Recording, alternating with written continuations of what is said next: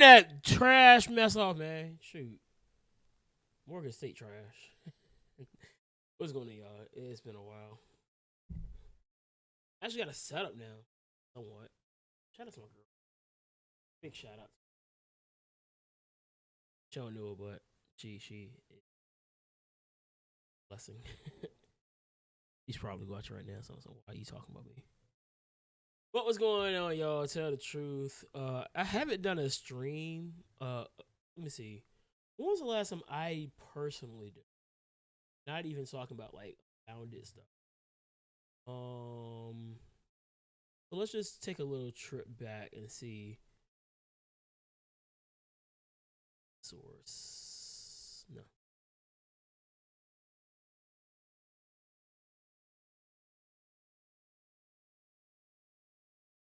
Let's just look here. Hey, what was that? The boombox? Oh, the merged at 1.8. That's crazy. Yo, what's up, Bentley? I haven't done an actual stream.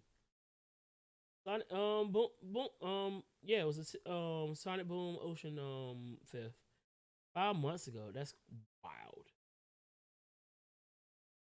I'm gonna try to do more. Honestly, I'm working on trying to do more. Let me fix this real quick. So you'll probably be seeing my face a lot more doing this. But let's go ahead and get down to it. I don't want to be real long. Hey, shout out to y'all if y'all are on TikTok. Won't be able to hear much here. All right, yo, we'll get to it. So let's go ahead and get to the issue at hand here. Let's just pull this up. So you see the picture. This seemingly has gotten the internet quite upset, especially on the just from the pictures. The optics do. She's probably her face. Headshot she wanted, but optics do not look good. And there's a picture of Swerve here. This is Swerve Strickland, who just recently won the AEW World Heavyweight Championship. He is the first Black World Champion in the AEW side of things. There's a Q-tip, and then there's an ape. And just looking at it without any context, the ape is in look of Jim Cornette, the famous Jim Cornette glasses. Kind of does look like Jim Cornette, even past the glasses, but who am I to say? So, a lot of people have been basically crying that this is racist. Jim Cornette is doing his thing again. Before we even start watching the video, I do want to say that Jim Cornette does not do his thumbnails. Really, Jim Cornette is your typical boomer. He doesn't know diddly squat about the internet. He still tweets from his computer. He literally just talks and then they have somebody do all the uploading stuff. He still goes to the post office to send out mail. He lives life like it was still in 1985. So for me, I'm not going to immediately throw out the tag of Jim Cornette as a racist, but I do want to see why, because whoever the guy is that does his let's say his thumbnails, because this is not the first time we've seen his thumbnail look a little suspect. I think a few months ago he did one with Bianca Belair, and that one caused a lot of issues as well. So this isn't a new situation for Jim Cornette. I'm pretty sure he will have a response video coming out. I believe this was the drive-through, so it'll probably be on the experience. And if they drop that on YouTube, I will be reacting to that as well. The same way I'm going to be reacting to this and see what was the problem. So let's go ahead and get to it. So are you ready for the new world champion, Brian? Which one you're supposed to say? The American one, the hometown AEW world champion, not the more prestigious IWGP other company world champion that's going to main event later on. That's me, yeah. Swerve Strickland wins the world title on pay-per-view. And he is the arguably the most popular guy in the company, right? Except now maybe for Osprey, who's now. So yeah, it's really Osprey then Swerve point, but let's continue. Now, of course, in the top heel group, but still, he just won the world title. Wouldn't you think there would be some? I mean, the plumber won the IWGP title and got to talk about it. All right, before he continues, that's the thing that I saw a lot of people not very happy about because, yes, this is an historic moment in AEW.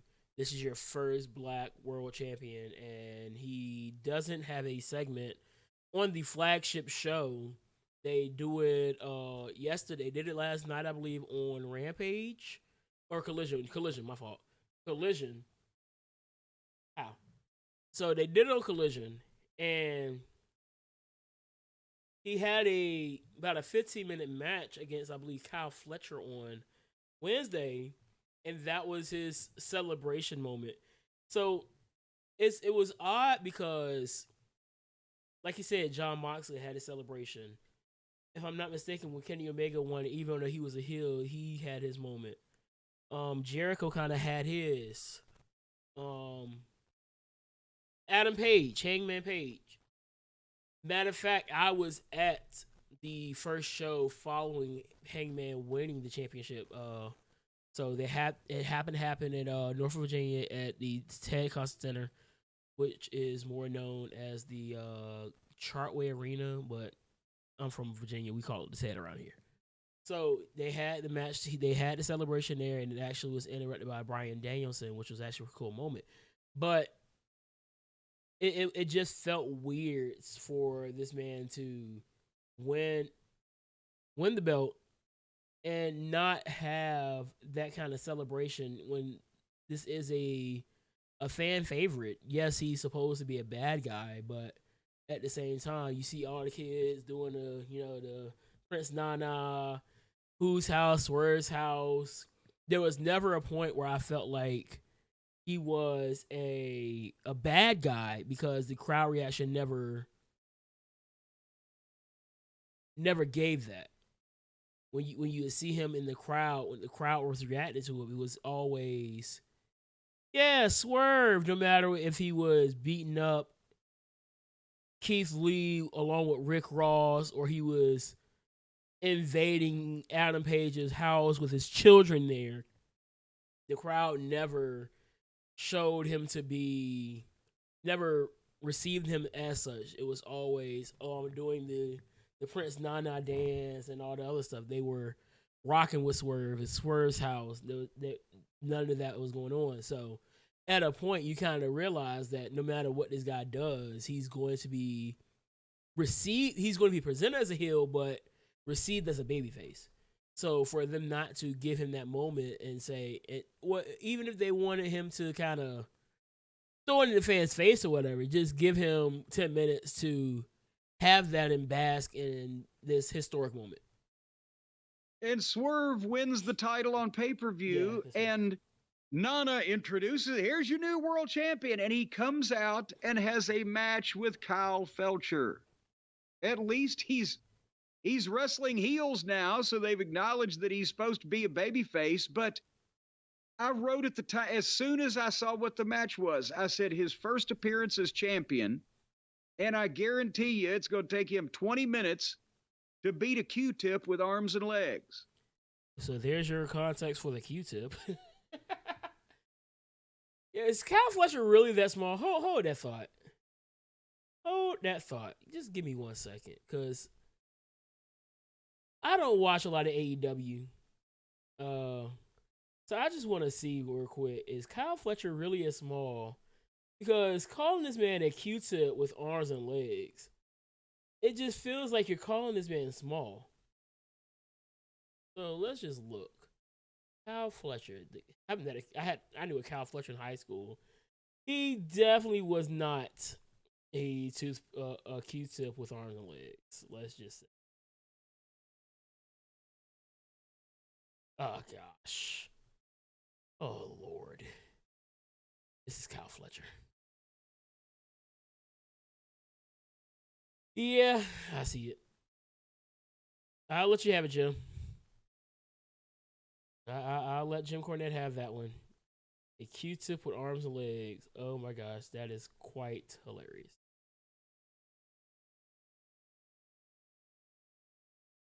And I was wrong, Brian.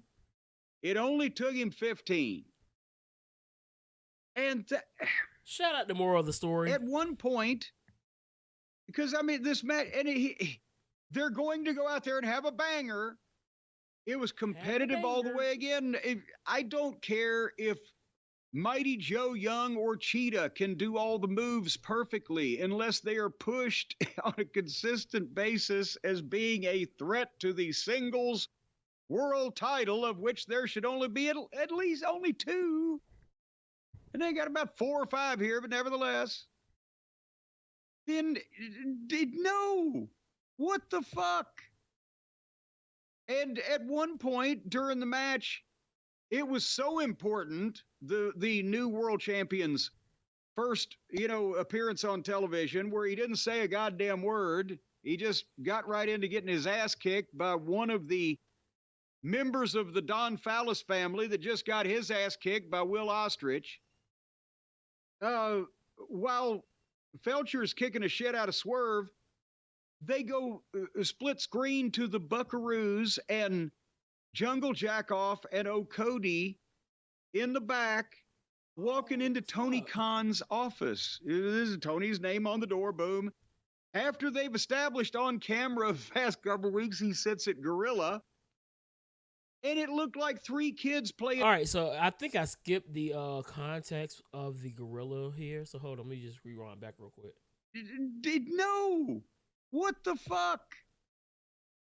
And at one point during the match, it was so important, the new world champion's first, appearance on television, where he didn't. I don't care if Mighty Joe Young or Cheetah can do all the moves perfect. So Mighty Joe Young, let's go ahead and do some more context searching here, because I do believe that context is very important. So Mighty Joe Young, he makes a lot of old references. This is 1998. I was born in 93. Mighty Joe Young. So I don't know if anybody here is older or younger than me, but so this is Mighty Joe Young. Mighty Joe, I guess it's a movie made in 1998, and here's the ape here. So there's where the reference is with the ape in the thumbnail. So I'm gonna continue to watch because I do want to see what else is being brought up. What does he coach? He coaches life. Yes, I coach life. I'm a life coach. In a way. Unless they are pushed on a consistent basis as being a threat to the singles world title, of which there should only be at least only 2.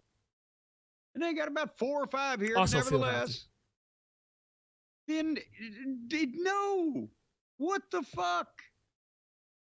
And at one point during the match, it was so important, the new world champion's first, appearance on television, where he didn't say a goddamn word. He just got right into getting his ass kicked by one of the members of the Don Fallis family that just got his ass kicked by Will Ostrich.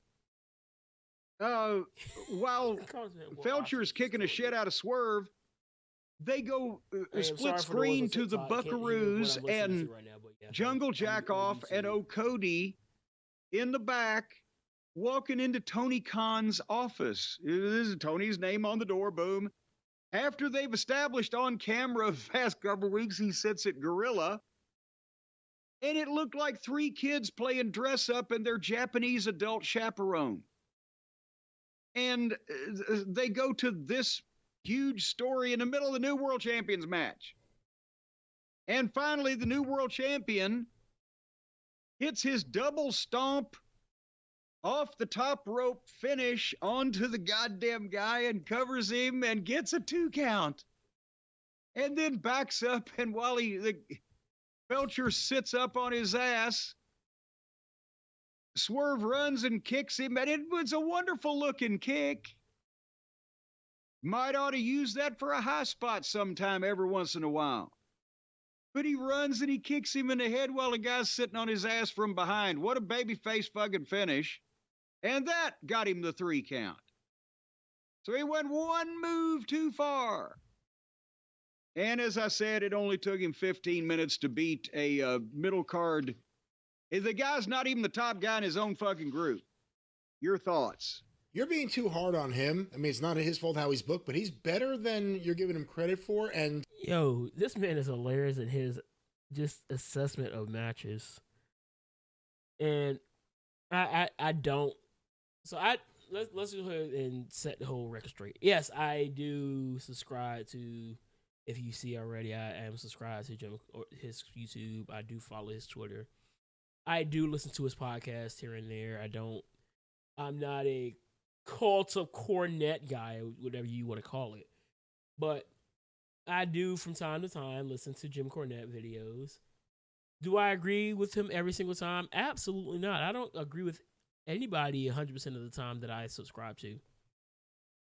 But I do find a lot of times his assessments on things very entertaining because he's very rough around the edges. I'm rough around the edges, not as rough around the edges as he is, but he's very rough around the edges. He doesn't really have a filter. And he has hilarious nicknames for everybody. Will Ospreay, Will Ostrich, as you heard. May watch another video just to get a good laugh, but he always finds it's always something in there that's going to make me just like crack up. So this is why I listen to Jim Cornette. I'm not saying you he's say not. Q-tip. He's 6'5", and it appears that he's putting on size. The problem is he looks ridiculous. Well, the problem in the way they presented him and his haircut. Well, the bigger problem, I don't think those are the problem. I think the problem is he never wins. So now you have the world champion's first title defense after all this other nonsense already on the show. And it's against a guy who never wins, who could have a long competitive match with him. And it goes forever. They should have opened with Swerve and given him a quick win and let him celebrate with the fans while Nana dances. I don't know why I didn't do this. Shout out to Leon, because I should have been doing 1.5 the whole time. He didn't even get a chance to say thank you to everybody, did he? But anyway, I agree with what you said, and you disagreed with what I was agreeing with you with. I'm not saying that Kyle Felcher in another goddamn situation couldn't be a top guy. I'm saying the way he's been so far, he ain't, and he's not even the featured guy in his own group, and he's kicking the shit out of the new world champion the first time we see the new world champion. Is what I'm saying to you. I agree with that. All right. But I can't go too crazy about a ridiculous haircut. It is wrestling. Well, and it needs to be less childish ridiculous and more... All right, they're just answering at this point. There's nothing of importance going on there. So, is it racist? No. I think we've gotten to a point in society where we overuse words. Is it? Would it have been something I would have done? No. But I think the idea that, I think his name is Travis. I think his name is Travis. So I think, let's go call him. We're going to call him Travis anyway. So what I think his idea was to basically pull out something that would bring eyes to the video. So as of right now, this one, crazy thing is, it's not even doing crazy numbers. It's only doing 41K. Out of his last few, looking at his last 8 videos, Jim Cornette on AEW Dynamite ratings, 57K. Jim Cornette reviews the breakup of the best friends on AEW Dynamite, 27K. Jim Cornette reviews John Moxley versus Powerhouse Hobbs, 25K. Jim Cornette reviews Tony Khan being attacked by Jack Perry, 166K. So, I mean, it is, of these 8, it is the third most watched. But it's not doing great. I mean, it's doing decently, but it's, when you look at the Jim Cornette views, I mean, let's see, what is his most popular video? Yeah, he has videos up here with 2 million, 2.5, 1.2. He has one with Crazy Fifth Net Stories that did 978. But these, I mean, these are years ago. 4 years, 2 years, 4 years, 3 years.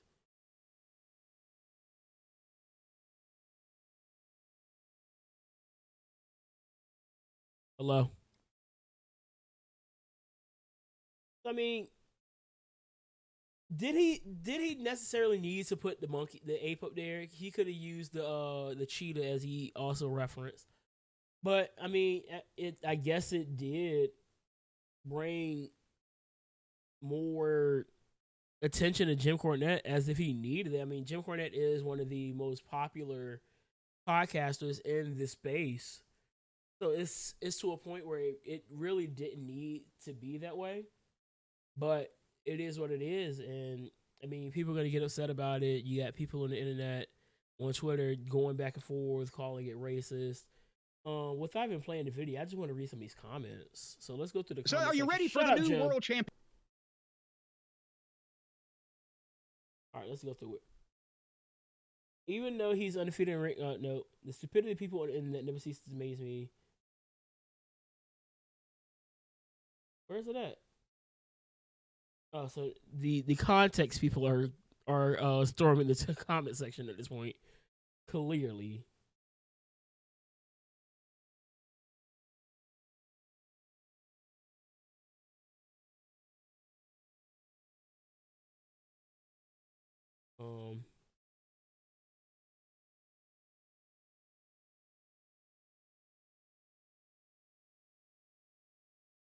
Yeah, everything I'm seeing right now is context. I guess the out of context, that thumbnail is crazy. So yes, out of context, I can see why people are making a big fuss about it out of context. So great. So out of context, yeah, that is a why. Because I just woke up and looked on Twitter. I was like, all right, I just saw Cornette and people were mad. I was like, Lord have mercy, what did Jim do now? And then I saw that. Then my first reaction was, oh wait, Cornette doesn't do this. So what did he say for real that is going to really cause outrage? And I know most people don't really. The people that are mad about this don't listen to Cornette anyway. They're trying to attack CM Punk, which, again, if anybody has already heard me on record say, I don't necessarily care for CM Punk as a person. I respect what CM Punk brings to the table and being an absolute draw in the eyes that he brings to a product wherever he goes. But as a person, I do believe that CM Punk is a virtue signaler and may not be always the most pleasant in certain situations, and maybe that just comes with the territory of if you do wrong by him, he's going to do wrong by you, which in that case I kind of get. But there are things that CM Punk has done over the years that's kind of rubbed me wrong, but I can respect the hustle that CM Punk truly is. So I've done 26 minutes. Hey, Paige. Let's watch another Jim Cornette video. Why don't we? Just to laugh today, because I need it.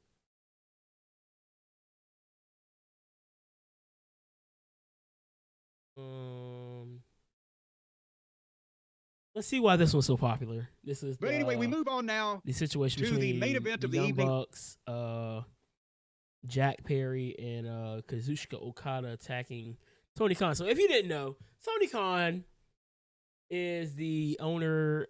Well, he is the son of the owner of the Jacksonville Jaguars, as well as the president of AEW, which his father also owns, Shahid Khan. Let me pull up this picture real quick because I think the context of this is absolutely hilarious. Because this man really did pull up like this.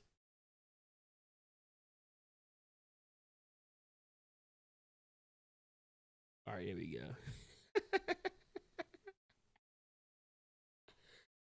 Oh my gosh. So he took a Meltzer driver or a, what do they call it now? A Tony Khan. They really call it. This man got hit with a move named after him. Oh my gosh. So he got attacked by Jack Perry, who is the son of the late Luke Perry of 90210. My mom watched that stuff. So he took a shot to the gut from a microphone and just fell and just died. And then the Bucks came and hit him with a Meltzer or a Tony Khan driver, whichever you want to call it nowadays. And from taking that, which is basically a assisted tombstone pile driver, while one brother is jumping off the ropes and hitting a flip and assisting the pile driver. Very interesting. So let's see what Jim Cornette had to say regarding the situation. That everybody was talking about that. Brian, I don't know if we called this specifically with Tony and AEW. We've talked about the subject. We talked about it with Dixie Carter and TNA, and this is not a urban legend. It's a rule of thumb practically in a wrestling business down through history in small companies and large, and in outlaw situations all across the width and breadth of the great country of ours. If you found a fucking angel, a backer, a money mark, an investor, whatever term that you wanted to use, that was not motivated by business, but more of the love of the game and or being involved in it, and or some of the people that might be involved in it. When they start losing patience or things look bad, come up with an angle to put them on TV. Has this not happened umpteen times over the years? Well, I'll say two things. One, sadly, my first thought as this was happening was Dixie Carter. Fair or not, that was my thought. Secondly, I called this a few years ago. Tony's going to make himself an on-air character. That's what he really wants. I also said he'll end up sleeping with talent, but we'll see. All right, so I think everybody that was looking at it from a objective point of view could have seen that Tony Khan was eventually going to become an on-screen character. I mean, there have been teases of it. In 2020, he was doing these horrific commercials on TNA television, Impact Television at this point. It was absolutely cringy. And then he had a little segment where he was like, 9 days for tonight, 9 days to the Dynamite, Kenny Omega, you're going to face blah, blah, blah, 9 days for the night. So he's done things in front of a camera. He's been up there. He did the announcing of him owning Ring of Honor. Shane's not here. There's no Shane. So he's done things. So he's been kind of dipping his toe in the water, per se. So this is the first time I think he's done an angle. If you want to use these terms, this is the first time he's done a story that involves him. I mean, outside of him coming out and basically saying that CM Punk was fired because he feared for his life, which, seeing the video of that, I don't know. But yeah, it was pretty obvious that this was going to happen. Now, I see. I couldn't take that leap with you. I was with everything else. I couldn't take that leap. But he made himself an on-air character. That is what he has wanted to do, and they're trying to do it to launch this. When the NWO happened, Paul and Nash were pretty big. I mean, they were big names, even without having to use their names. It changed business right away when they arrived. And then they added Hogan, an established name whose turn was a massive deal. And then they added Bischoff when Vince got over as a heel. And Bischoff wanted to be on TV more as a character and have fun with his friends or the guys he wanted to hang out with. And he's very good at it. We can't say he's not. Bischoff is an exceptional on-air performer, I think. But the point is, you can't even compare this to Bischoff. Bischoff was aligned with a stable that was over. But that's what we don't have Kevin Nash. We don't have Scott Hall. We don't have Eric Bischoff. We don't have Hulk Hogan. We got Tony Khan, the Buckaroos, O'Cody, and Jungle Jackoff. And remember what I said at the top about this was the worst time to present an amateur production, whether it be the amateur booking or amateur talent or amateur production, whatever. But can you imagine Tony Schiavone standing there in the ring, introduces the man of the hour, old Jungle Jack, and all 800 fans in the crowd sing "Cry Me a River" because they're the hometown fans. But he calls out Tony Khan, and Tony wanders out. Can you imagine? Again, I know this is pie in the sky dreaming, but if they had the average viewer, the average fan, somebody that might want to bump these numbers up any at all from where they've been forever. They're used to seeing Vince McMahon or Eric Bischoff or Triple H. Here comes the guy that runs the thing. And then here comes Rick Moranis' stunt double. And they're saying, this is the guy that runs the thing? That's not fair. He looked like Rick Moranis' stunt double when he still had his glasses, and he was still getting haircuts, and he was still trying to look neat and proper. When he got involved with the wrestling project, all of a sudden, once things got going, and he was on the road all the time with the wrestlers, the hair started growing, he doesn't shave. So, let's just talk about what he's talking about there. So, this was Tony Khan when AEW basically started. This was what Tony Khan kind of looked like. If the picture will show, let's try this. So this is what Tony Khan basically looked like at the start of the times in AEW. He looked a lot younger. Like at this point, I thought he was like 25. Now, this guy looks exactly like you would expect some of you internet dweebs look like. So yeah, that's exactly what he's talking about there, and it kind of makes sense. So he looked unkempt. His hair was a mess. He had no presence. Yeah. Is he smiling or grimacing, or is he constipated? All of that and more. He's uneasy. He's got irritable bowels. He looks like his skin is literally crawling. And Jungle Jack, then once he gets Tony in the ring after he's called him out, he turns his back on Tony and starts telling his story to the handheld camera. And then it's more shit about how they've changed the world. They've changed the world. Yes, it used to not have a bad wrestling program on it. But it looks at him, Steve Simpson and Sean Simpson changed the world. Yeah, except no, the Simpson boys were significantly taller than Jungle Boy. Fair enough. And then he's giving Tony the babyface speech, and he swears to Tony that the only thing that he's ever wanted is what's best for AEW. And Tony claps then. He's clapping, and he looks touched. And can you see even if they're supposed to be keeping tension and storyline only, and they're all best friends, can you see a similar situation where a top guy that has just interfered and cost the World Tag Team title to go to the fucking heels, and the company head, whether it be the Bischoff or the Vince or the Triple H or whatever, or the Nick Aldis or Adam Pearce, having a goddamn confrontation, and when the fucking guy who healed is pitching his case, the authority figure is applauding what he says and clapping for him and smiling? You know what? I've always had a problem with you calling Kenny Omega Harpo, because I love the Marx Brothers. I know their work really well. And that's why I think I could say this was a Harpo Marx performance. He said nothing. He reacted with his face, his eyebrows, his hands. All he needed was a horn. But he's out there. He's just like, he's a character. When you watch him, he's just constantly in motion and twitching and moving and reacting in both positive and negative ways to the same thing being said, because his head is constantly going. And I guess we're going to see more of this. Well, then finally, and old Jack says, please shake my hand and reinstate me so we can change the world together. And Tony smiles and nods and gives the fans the thumbs up and shakes Jungle Boy's hand and gives him the Tony Khan hug. And that's when old Jack opens his eyes and smiles ominously at the camera, like I've suckered him. And then Jack raises Tony's hand and lets him get some cheers from the crowd, and then turns around. And with the hand, he's got the microphone in, so it would have made some noise if it actually had worked, I guess. But he gives him a gut shot, a punch to the stomach, whereupon Tony takes 1 second to react at all and then takes a flat back bump. And somebody on Twitter said, well, here's what happened. Tony's head was so far up his own ass that the punch to the gut knocked him out.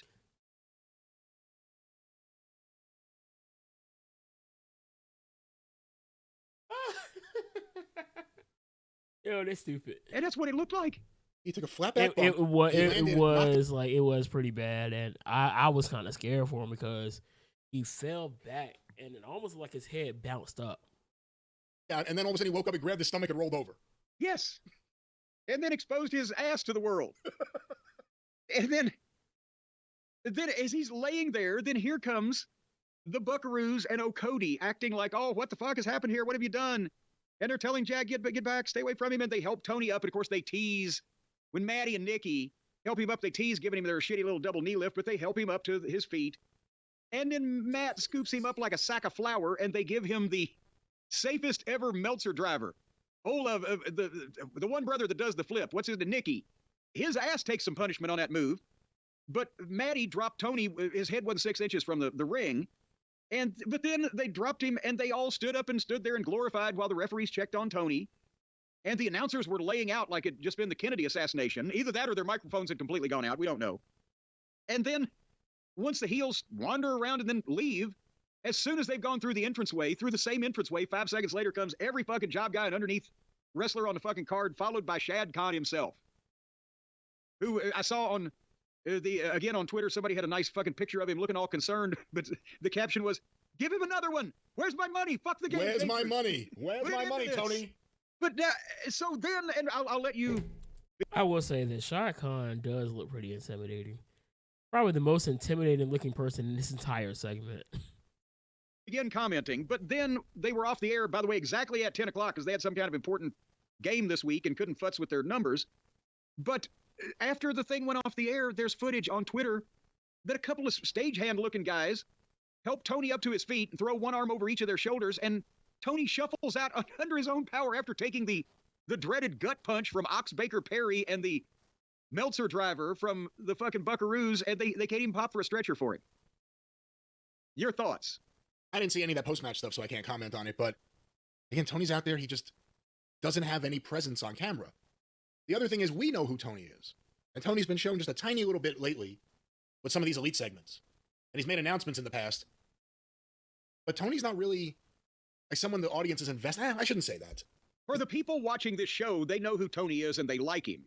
For the people watching religiously. But again, they're narrow casting. For anybody they might get besides the people they already got, they're the ones saying, this fucking weasel is running this thing and these children are dropping him on his head. What the fuck is going on here? And when you see Tony in there with them. Yeah, and I think that's the other thing, because just taking it away from what Jim is talking about here, like I showed y'all, Tony Khan was selling the neck injury that he sustained from this segment on Wednesday night. The following night was draft night. It was the first round in the NFL draft. Tony Khan plays an important role in the daily functions of the Jacksonville Jaguars franchise. So he was in the war room. I was telling my roommate that the best bet for him was to be not there, or if he was to be there, make sure he wasn't being seen on camera, just to sell it like he was still in the hospital. And that was just my logic behind everything. But they went with the selling the neck brace and him moving his neck in the neck brace. So it was like, if you knew anything about neck injuries and being in the neck brace, it was like Sunday right there. So they went with their first round pick. They even had him send well wishes to Tony Khan and his injury. They made note of it. Pat McAfee made note of it. I think they made note of it on College Game Day. So they got a little bit of a, I guess you would say, a mainstream rub from it. So we'll see if there's any residual impact from it, I guess. Okada has some size. Tony was just as big as Jack Perry and the Bucks, and they all look ridiculous. That's the thing. The NWO looked like badasses, looked like intimidating. Adults. Even DX in their own way. But the Bucks and Jack Perry, it's like the two guys that Punk kicked the shit out of and the guy that Punk was about to kick the shit out of. So, let me see if I can find this picture real quick. Because AEW just redid Jack Perry's render. And I sent it to a group that I'm in. And I was like, this has to be, beyond a shadow of a doubt, if not one of the most intimidating looks I've ever seen in my life. And once I find it, like, I'm sorry, Jack Perry does not give an intimidating look. even him adding the beard when he started in AEW, he was clean shaven. So he had the long, curly, wavy hair and this baby face. So he kind of fit this underdog look. Now he's become the scapegoat, I guess you would call him. Let's see. Let's go to their website because it is an updated render. What is AEW? What is AEW's website, bro?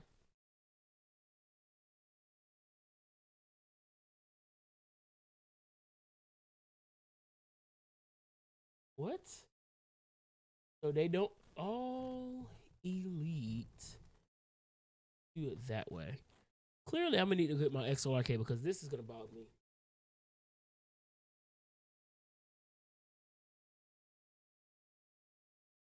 So they got to write out allelitewrestling.com. Roster.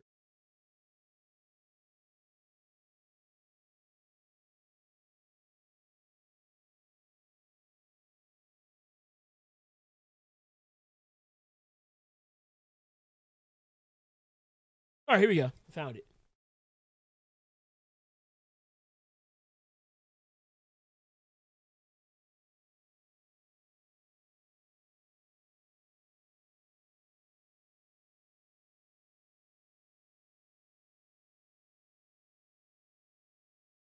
I'm going to just add it up here. Watch this. So here's what I'm about to do. Add an image. Because I'm about done. I just want to laugh at this foolishness real quick. So, no, I don't want to move me. I'll move Jack. So this is Jack Perry. Really, he looks like Drew McIntyre's like long lost brother. Maybe it's just me though. Does this guy really give you intimidating vibes, or is it just me being a little facetious? I don't know. But I'm gonna get up out of here. I gotta get ready for tomorrow. I got a game. Then I got another game the next day. So coaching life it is, man, I tell you. This entire school year has been me doing nothing but coaching.